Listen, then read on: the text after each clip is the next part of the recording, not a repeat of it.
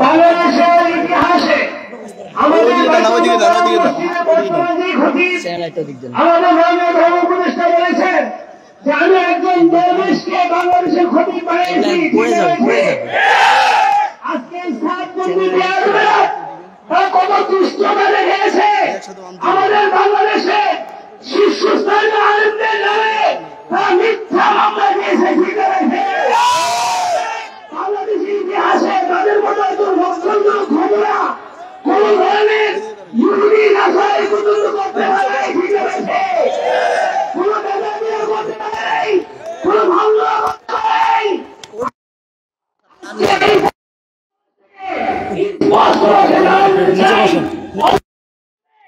বাংলাদেশ থেকে এই সাদিয়ানি লীগকে নিষিদ্ধ করতে হবে। ঠিক আছে, এরা কোন তাবলীগ জামাতের সাথে কোন সম্পর্ক নাই। এরা একটি সন্ত্রাসী উগ্রপন্থী গোষ্ঠী।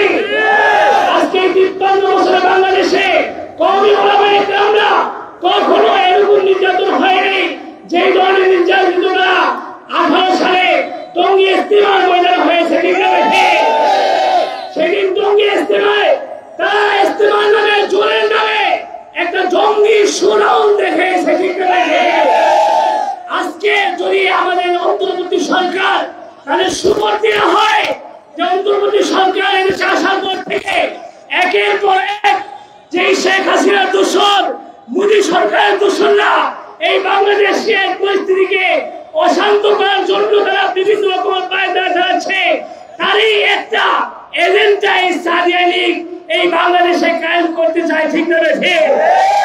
তাদের কিসের তাদের তাবলীগ, কিসের তাদের টঙ্গী ইজতেমা, কিসের তাদের আমাদের কাফের মসজিদ?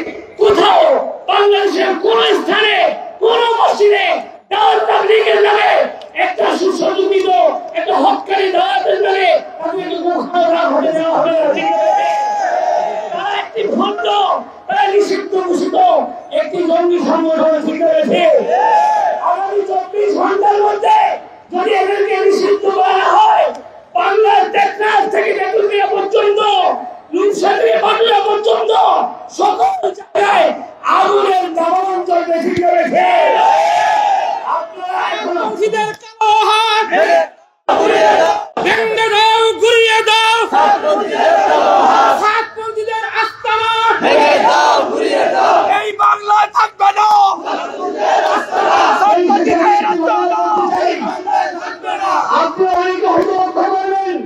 এই বাংলাদেশে যখন ২০১৩ সালে ৫ মে হেফাজতের একটা আন্দোলন আল্লামা আবু সুফিয়ান রহমাতুল্লাহ আলাইহি দিয়েছেন ১৩ দফা, সেই দিন থেকেই এই সাদিয়ানি লীগ বাংলাদেশে মাথা দিয়ে উঠেছে। ঠিক আছে,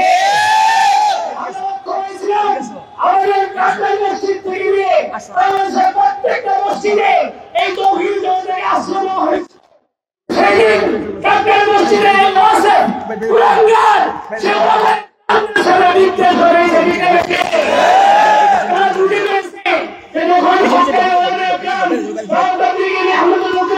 তৌহিদ এক থাকে এদেশে আর কোন অপবাদটা ইসলাম বিরোধী শিক্ষা চলবে না। এই জন্য তারা সেই ২০১৩ সাল থেকেই দিয়েছিল যে বাংলাদেশে কিভাবে তাবলীগের মধ্যে একটা খণ্ডন দেখা যায়, বাংলাদেশের তাবলীগের মধ্যে কিভাবে একটা দ্বিখণ্ডিত করা যায়।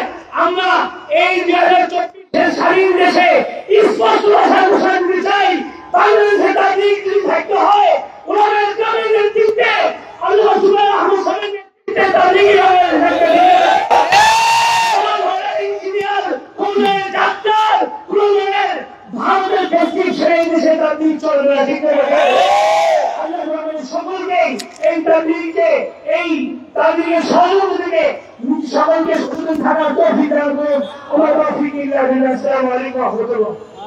নারায়ে তাকবীর, নারায়ে তাকবীর, আল্লাহু আকবার, আল্লাহু আকবার, নারায়ে তাকবীর। এই বাংলার জমিনে বাতিলের রাস্তা না, বাতিলের রাস্তা না, এই বাংলায় থাকবে না বাতিলের রাস্তা না।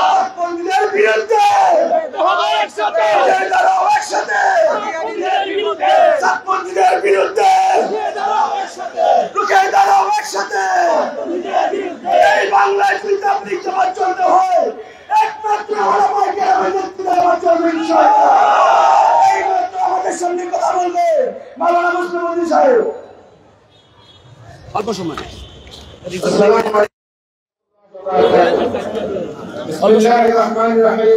وقل جاء الحق وزهق الباطل إن الباطل كان زهوقا। আমরা সদা সর্বদাই দেখেছি এই জমিনের ভিতরে সদা সর্বদাই বাতিল মাথা চাড়া দিয়ে ওঠে, কিন্তু আল্লাহ পাক রব্বুল আলামিন সদা সর্বদাই বাতিলদেরকে নিবৃত্ত করে দিয়েছেন এবং সদা সর্বদাই মাথা চাড়া দিয়ে ওঠে ইনশাআল্লাহ। এই বাংলা দারুল উলুম দেওবন্দের অনুসারী বাংলাদেশ, এই বাংলাদেশ হক্কানি উলামায়ে কেরামদের বাংলাদেশ, এই বাংলাদেশ একমাত্র হক দাওয়াত ও তাবলীগের বাংলাদেশ, এই বাংলাদেশ সাহাবায়ে কেরামদের বাংলাদেশ, এই বাংলাদেশ নবী আউলিয়াদের বাংলাদেশ। এই বাংলাদেশের কোন সাতপন্থীরা ঠাঁই পাবে না এবং এই বাংলাদেশের ভিতরে এই বাংলাদেশের কোন জমিনে, কোন এলাকায়, কোন থানায়, কোন গ্রামে, কোন গঞ্জে, কোন মসজিদে সাতপন্থীদের কোন ঠাঁই দেওয়া হবে না।